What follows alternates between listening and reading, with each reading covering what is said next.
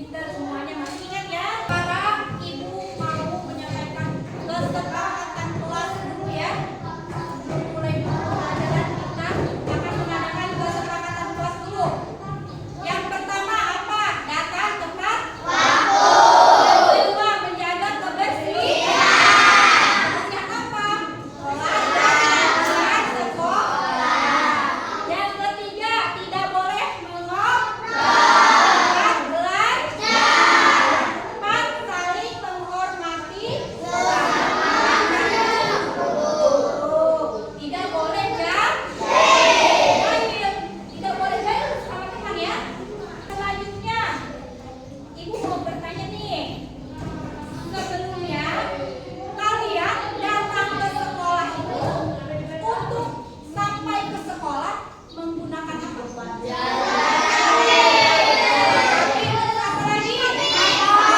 Naik motor, sepeda. Di sini ada yang naik sepeda ya? Bagaimana menggunakan sepeda untuk sampai ke sekolah? Digoes atau diayun. Saat kita menggoes atau mengayuh sepeda, kita menggunakan apa? Menggunakan otot apa saja? Terus otot paha, betis. Selain itu ada gaya gesek juga pada saat mengendarai sepeda ya. Sepeda itu rodanya ada berapa? Itu saling bersentuhan ya lawan arah sehingga menyebabkan adanya gesekan. Selanjutnya Ibu Guru akan memberikan tujuan dan manfaat pengaruh gaya terhadap kehidupan sehari-hari. Tujuannya untuk apa? Tujuannya untuk membuktikan bahwa gaya dapat mengubah benda yang tadinya diam dapat bergerak. Seperti tadi, contohnya pada sepeda ya. Tadinya diam, kalau digoes jadi bergerak. Selanjutnya, Ibu akan menunjukkan gambar dalam sebuah pembelajaran. Kalian simak dan pahami ya. Di sini tentang gaya otot dan gaya gesek. Sifat gaya gesek ya. Apa yang bisa dilakukan untuk membantu aga dan darah? Bagaimana kita memindahkan kontainer yang besar dan penuh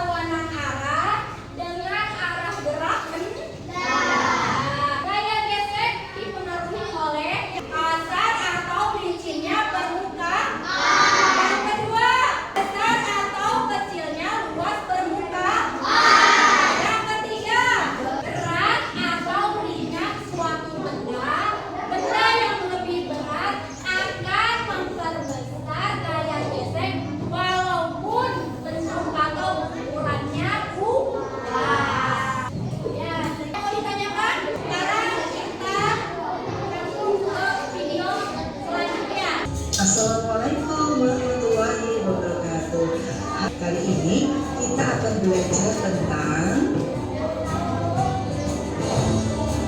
pengaruh gaya terhadap benda. Sebelumnya kita lihat dulu ya pengertian gaya. Gaya adalah tarikan atau dorongan yang menyebabkan benda bergerak. Sobat cerdas tentu tahu ya bahwa gaya dapat memengaruhi gerakan benda. Lalu apa saja ya pengaruh gaya terhadap benda? Yuk kita mulai dari yang pertama ya. Pengaruh gaya terhadap benda yang pertama adalah gaya dapat memengaruhi benda diam menjadi bergerak. Contoh yang pertama, perhatikan ilustrasi berikut ini. Meja yang semula diam ketika didorong menjadi bergerak. Selanjutnya perhatikan ilustrasi berikut ini. Ilustrasi ini menunjukkan bahwa bola yang ditendang menjadi menggelinding. Hal ini menunjukkan pengaruh gaya terhadap benda diam menjadi bergerak. Contoh yang ketiga, perhatikan pada ilustrasi berikut ini. Mobil yang mogok didorong agar maju. Nah, hal ini juga menunjukkan bahwa gaya itu memengaruhi benda yang semula diam menjadi bergerak. Pengaruh gaya terhadap benda yang kedua, gaya dapat memengaruhi benda bergerak menjadi diam. Berikut ini contoh gaya memengaruhi benda bergerak menjadi diam, yaitu ketika bola yang ditendang oleh salah satu pemain sepak bola ditangkap oleh penjaga gawang. Atau seperti contoh pada gambar berikut ini, ketika seorang pengendara motor mengerem sepeda motornya, maka ban motor akan berhenti. Jadi menunjukkan peristiwa gaya memengaruhi benda bergerak menjadi diam, bukan? Pengaruh gaya terhadap benda yang ketiga adalah gaya dapat memengaruhi arah gerak suatu benda. Nah, sobat cerdas, berikut ini adalah contohnya. Ketika pemain pasti memukul bola yang dilemparkan kepadanya, bola itu akan terlontar ke arah lain sesuai dengan gaya yang diberikan. Kita juga bisa melihat contoh berikut ini. Mobil yang dibelokkan ke kanan dan ke kiri juga merupakan peristiwa yang menunjukkan gaya dapat memengaruhi arah gerak suatu benda. Pengaruh gaya terhadap benda yang keempat adalah gaya dapat memengaruhi benda bergerak lebih cepat atau lebih lambat. Ya, berikut ini adalah contohnya. Tentu sobat cerdas sering ya naik sepeda. Ketika sobat cerdas mengayuh sepeda ini dengan pelan, maka sepeda akan berjalan dengan lambat, bukan? Tetapi sebaliknya, ketika sobat cerdas ini mengayuh sepeda dengan kuat, maka sepeda akan berjalan dengan cepat. Gaya memengaruhi benda bergerak lebih cepat atau lebih lambat juga terjadi pada peristiwa ini, yaitu ketika motor digas dengan sangat kuat, maka motor juga akan bergerak semakin cepat. Dan pengaruh gaya terhadap benda yang kelima adalah gaya dapat mengubah bentuk benda. Contohnya terdapat pada peristiwa berikut, yaitu ketika seorang perajin membuat gerabah dari tanah liat. Dalam keadaan basah, tanah liat ini bersifat lunak.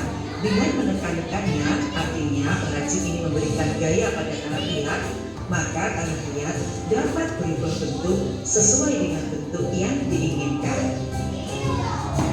Contoh yang lain terjadi pada peristiwa berikut. Ketika ada sebuah batu besar yang dipukul-pukul dengan palu, maka batu besar ini akan pecah menjadi batu kecil-kecil seperti tabak berikut.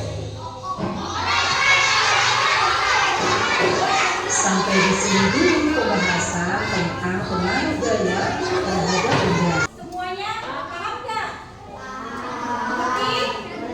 Ada yang mau ditanyakan? Semuanya mengerti ya? Sekarang Ibu minta 2 orang untuk maju ke depan. Elsa sama Rika, Ibu minta ya 2 orang untuk maju ke depan. Ya teman-teman ya. Elsa sama Rika menggunakan gaya apa nih? Ada